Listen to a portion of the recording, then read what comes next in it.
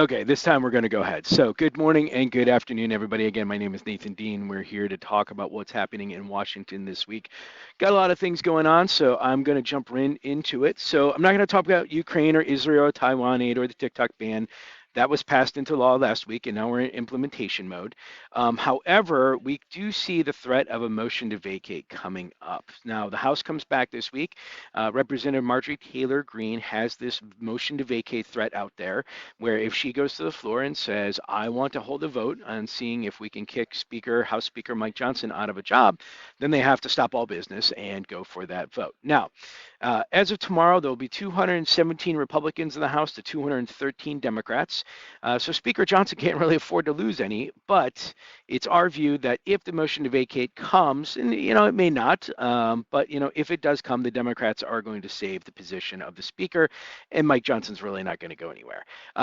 This is really just more of a exercise by, I think, Representative Marjorie Taylor Greene and a couple of her other allies to, if they decide to move forward, to at least taint the Speaker with the brandishment of having Democratic support. Not for eliminating the Speaker's position this year. I think, President Trump over the last weekend or so has really just signaled that he does not want this happening at this point.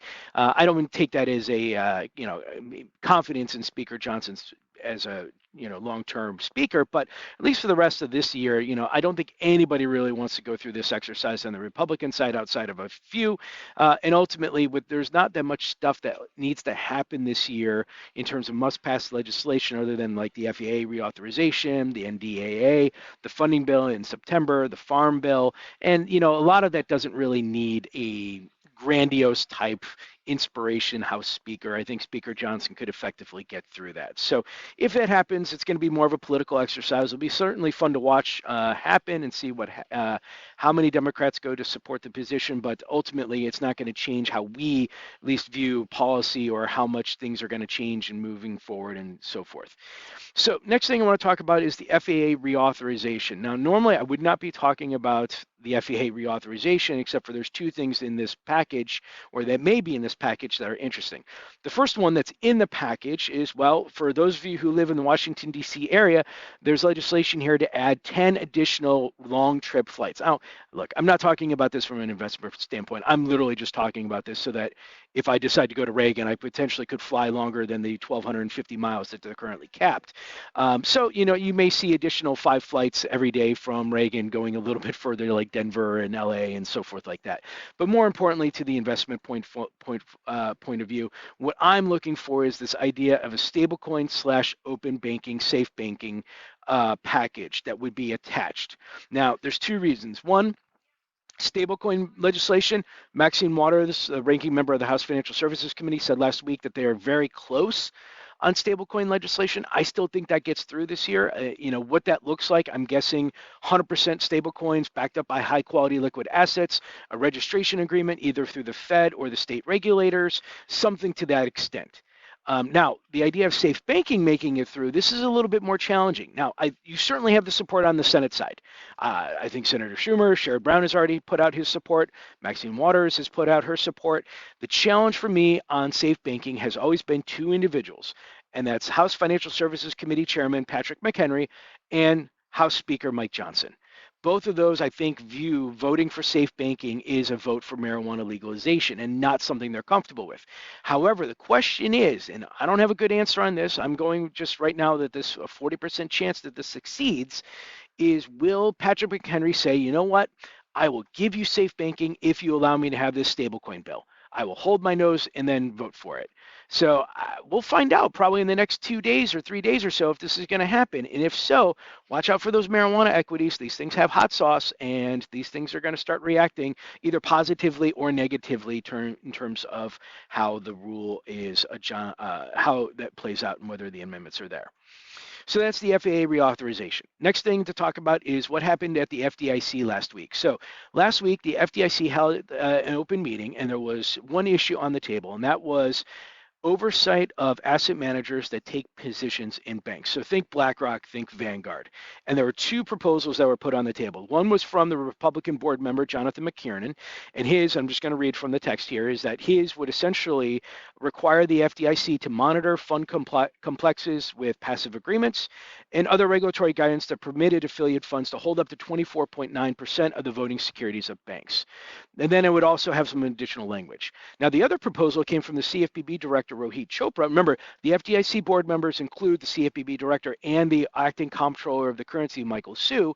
Rohit Chopra's proposal would eliminate the existing filing exemption, require acquirers of voting securities of FDIC-insured supervised institutions to file a change in control notice, but it also sought public comment on the implications of a concentrated ownership of banks by large asset managers. And the idea here is that if you give the regulators this branch, potentially further down the line, there could be more restrictions, more oversight, certainly more scrutiny of any large positions taken by these passive asset managers and these funds. Now, the interesting that happened is they got to the meeting, they're all set to vote, and then after acting comptroller of the currency, Michael Hsu said, I'm not voting for either proposal, and both were tabled and postponed. Now, why did Comptroller Hsu say that? His official statement was that he needed to note the distinctions between proxy voting, stewardship, and control can be blurry. Unofficially, and this is just my own take, I think the OCC was saying, you know what, FDIC, I don't like you really popping around in areas that I also pop around in without getting my buy-in. So you need to come to me and let's talk about this more before I actually vote on something. So this is not going away. I think this was just more of the OCC and the OCC staff saying, look, I think the FDIC is moving too quick here. Let's slow them down. Let's have a bigger discussion here, and let's see. So if President Biden wins the second term, don't be surprised if this issue comes back up again. A couple other things going on. Well, last week we also had testimony from Sandra Thompson, the director of the FHFA, over to the Senate Banking Committee. My interest in this is not so much housing policy. I would love to do more on housing policy. And if there's anything that you wish that I'd like to cover, please shoot me a note at ndean10@bloomberg.net, because that's certainly I'm going to do something more in the second, either second Biden or the second Trump administration.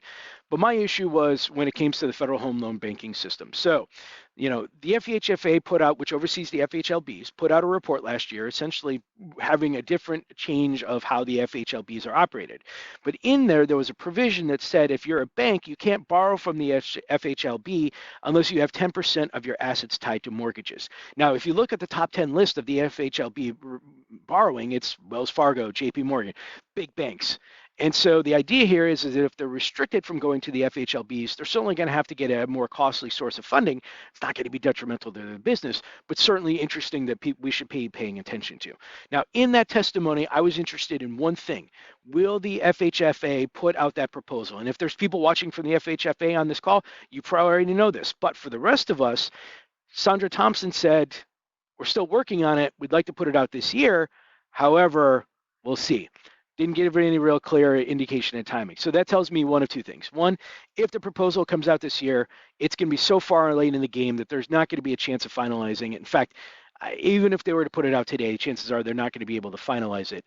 But if they don't, look for it, and it would have to be under a second Biden administration. Because if President Trump wins, you're going to get new ownership, new directorships, new regulators, and a new way of thinking.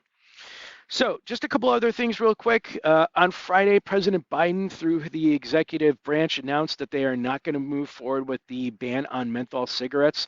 This has been an FDA proposal that's been out there for a long time, likely due to political reasons. These, menthol cigarettes are certainly popular with important branches of the voting populace that President Biden is counting on. But my colleagues Ken Shane, Duncan Fox, and I have been putting pieces out on the terminal. The impact of this isn't all that great. It certainly would have been great if the ban had moved forward, but this reprieve for two reasons. One, the shares of menthol cigarettes has been declining over time as people move to non-smoking or smoke-free products. And then secondly, this can always come back. This was just a delay, and so if President Biden wins next year, certainly you could see the FDA ban come back and move forward from there. Now, just two quick things in terms of things happening over at the House Financial Services Committee this week. They're going to have a hearing on bank mergers. I have actually put out a couple pieces on the terminal talking about bank mergers and why, for the Discover Card Capital One transaction, I actually think from the bank regulatory perspective, it's somewhat favorable to that merger.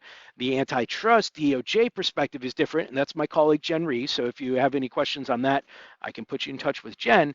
But then in conjunction with Jen and my colleague Andrew Silverman, we put out a report essentially saying that bank merger scrutiny, there's this idea out there that if President Trump were to win, bank scrutiny or the bank merger scrutiny would ease up.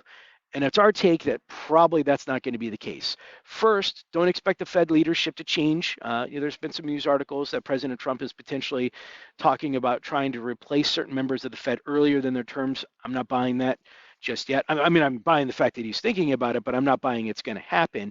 And then two, this idea that, Republicans equal less scrutiny on certain things just isn't really applicable in 2024 and 2025. So I can send you that report via PDF if you'd like. We could talk about it further, but anyway, just shoot me a note. And the last thing is that if you are in the macroeconomic space, Janet Yellen is testifying to the House Ways and Means Committee this week prior to the rest of the Fed stuff that is happening. Certainly you could, I think she's going to get some questions just on the general economy. So if you have any interest on that, please, again, shoot me a note. So I'm going to pause it there, say thank you very much for your time and your concentration and so forth. And I wish you a great week. Thank you.